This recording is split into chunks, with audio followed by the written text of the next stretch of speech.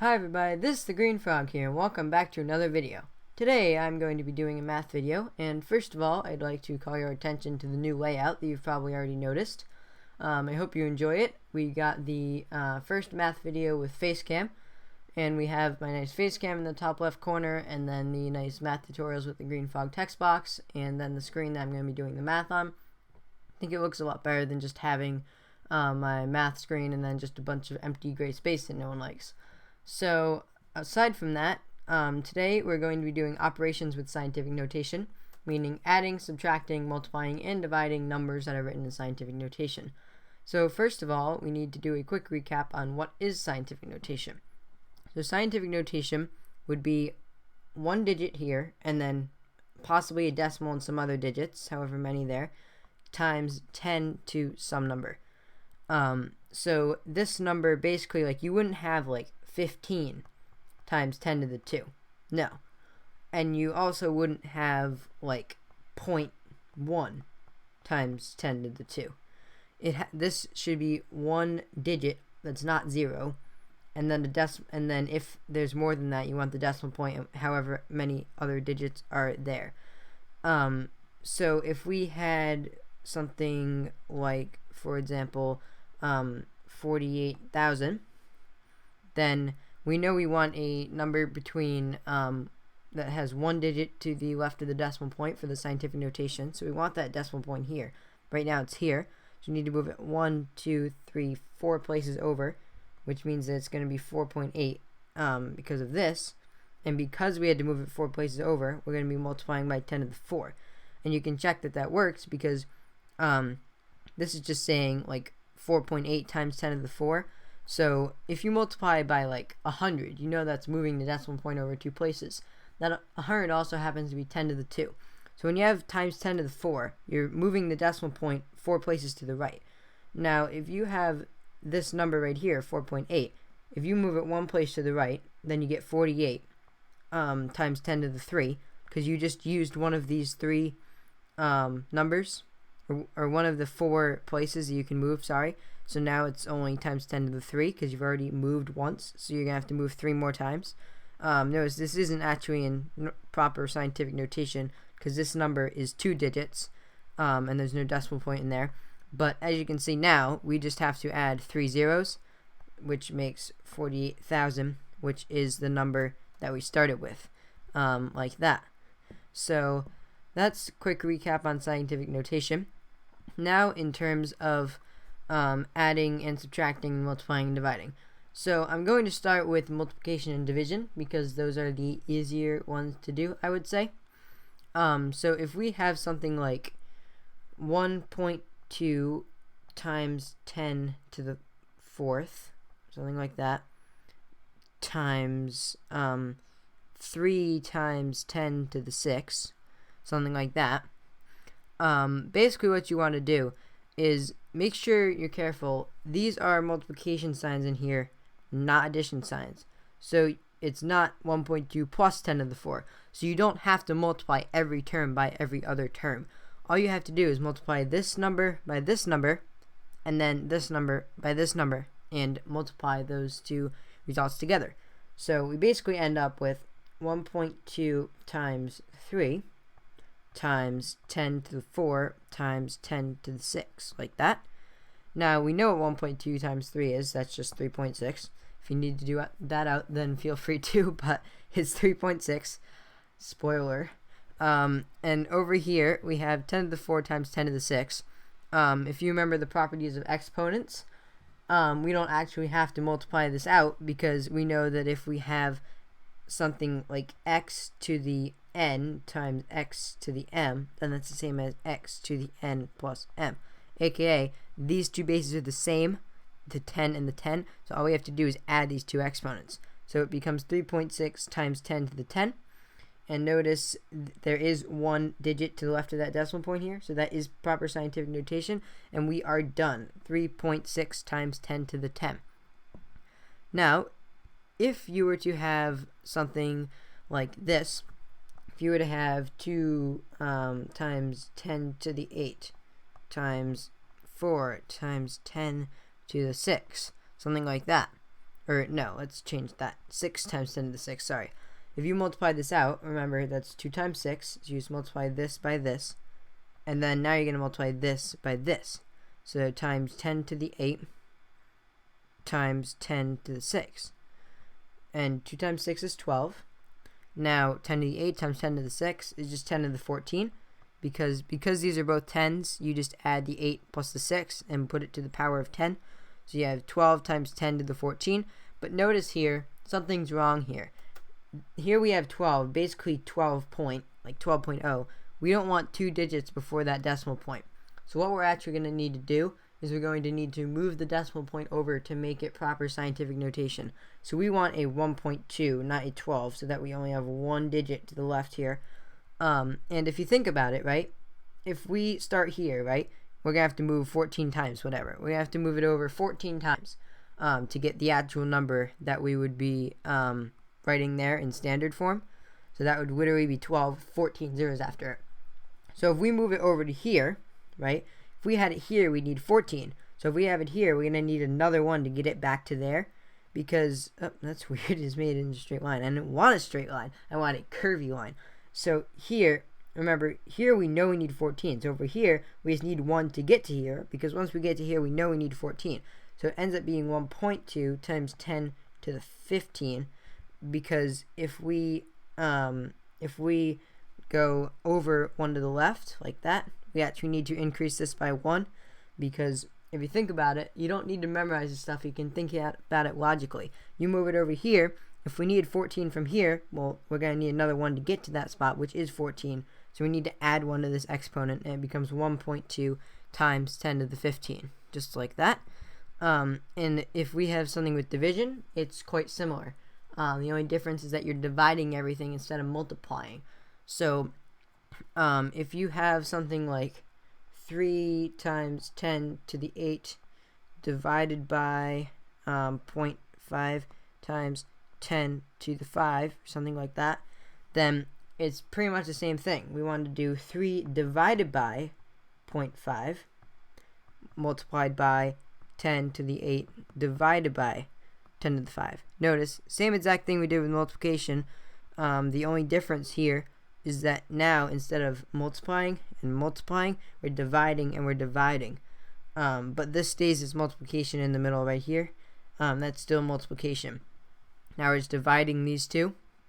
So 3 divided by 0.5.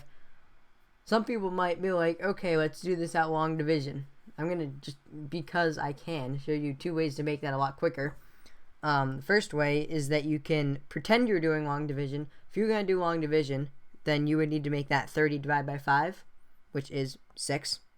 Or another way to think about it is 3 divided by 0.5 is the same as 3 divided by half, which remember is 3 times 2 over 1, which is also 6. So just some ways to make your life easier here. You shouldn't need to do that out with long multiplication. Or long division, sorry.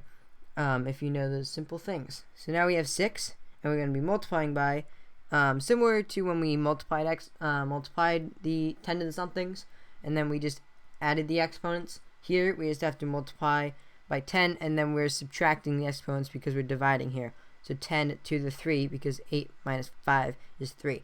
So 6 times 10 to the 3. And just like before, if we ended up with like, I'll show you the opposite example. If somehow we ended up with like 0.6 times 10 to the 3, now we know if we move this over 1, then we'd be using up one of these 3's. So that would become 6.6 times 10 to the 2.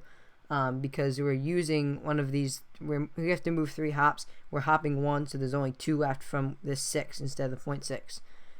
But we don't need to worry about that because we just ended up with a nice answer like this, but just showing you both ways, and I showed you the other way before. So now that should be all set.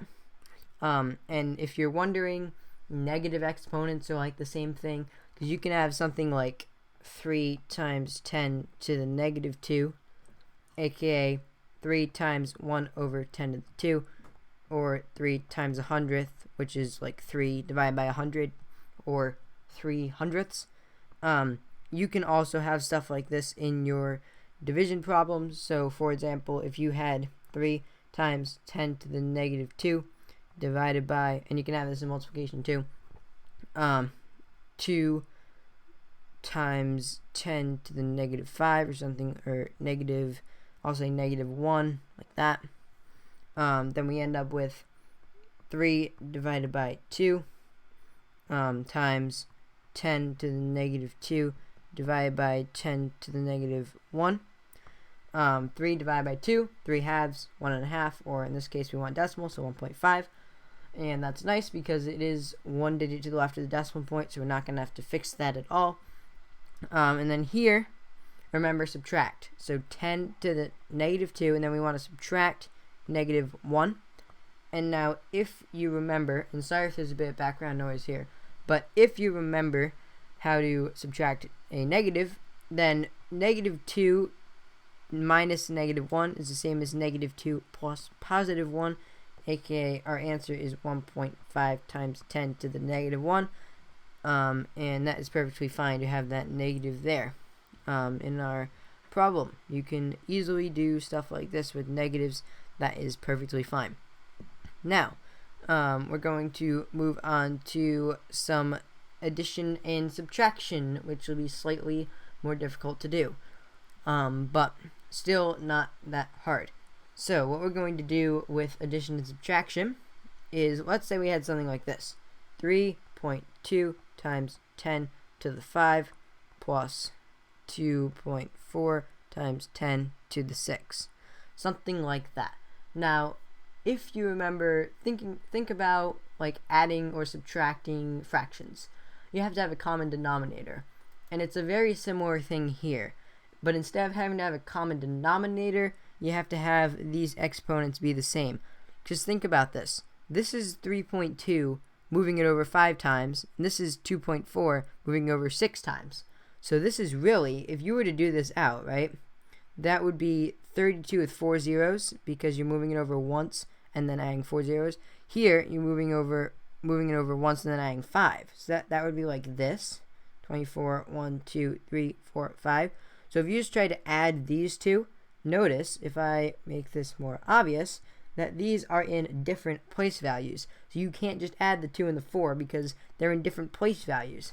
So you have to make sure that these exponents are the same, because once these are the same, it would be like this, and obviously that is completely valid to do. So if I just erase all that stuff so we have more room here, and I'll just quickly rewrite that, because we obviously need that in there. It is not 1 to the 6th, it is 10 to the 6th. So how this works is kind of like before. You know how before I showed you, if you end up with like 0.2 times 10 to the 5 or 20 times 10 to the 5, I showed you how to fix something like that to make it proper scientific notation. We're going to have to apply that and use it here. So you have two options. You could make them both times 10 to the 6th, or you can make them both times 10 to the 5. But think about it logically. You don't want to have to fix this at the end. You don't want to have to change one of them to make the exponents the same and then have to fix it at the end anyway. That's not what you want to do. It's really not. It's just a waste of time. So if we made one of them bigger, so if we made, like, I'm not even worried right now about which one we're going to have to change to do this, but whichever one we changed, whether we changed this or this, right? If we made them bigger, if we made it 32 or 24, we're adding. Obviously, when you add something, a positive number, to either 32 or 24, it's going to get bigger, which means you're going to end up with something that's at least 24 times 10 to the something, which means you're going to have to fix it. So we don't want that. We want to make one of these smaller, okay?